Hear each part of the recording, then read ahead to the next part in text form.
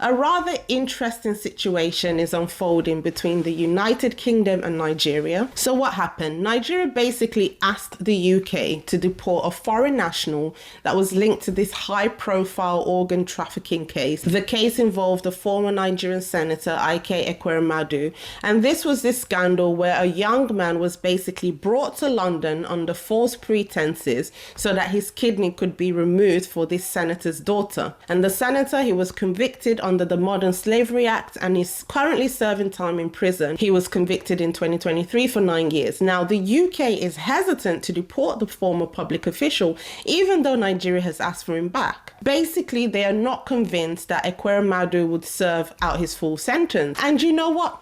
I understand. I completely understand that there is some logic behind this caution. Nigeria does have deep issues with corruption.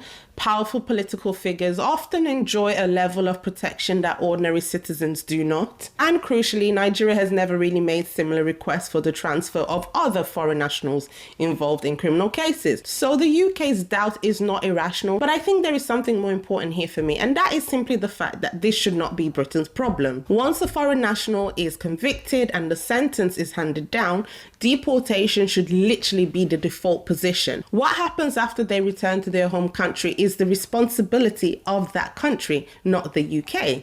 If Nigeria wants to release him early because of his political status, that is on Nigeria. If they want to continue practices that undermine the rule of law, let them bear the responsibility and the consequences of those choices. This is what sovereignty actually means. Nations facing the consequences and the outcomes of their own decisions. Britain cannot keep holding on to foreign offenders because it's worried that another country might not handle them properly. It is not Britain's job to guarantee justice on behalf of the entire world. I mean, the UK has been releasing prisoners early onto British streets because of overcrowding. It has released other prisoners falsely because of mismanagement and incompetence. It is already struggling to deport thousands of foreign criminals. So why would the Home Office be keeping anyone here out of concern for how their home country might treat them? Especially if their home country is literally saying, bring them back. The solution is simple here. Deport them.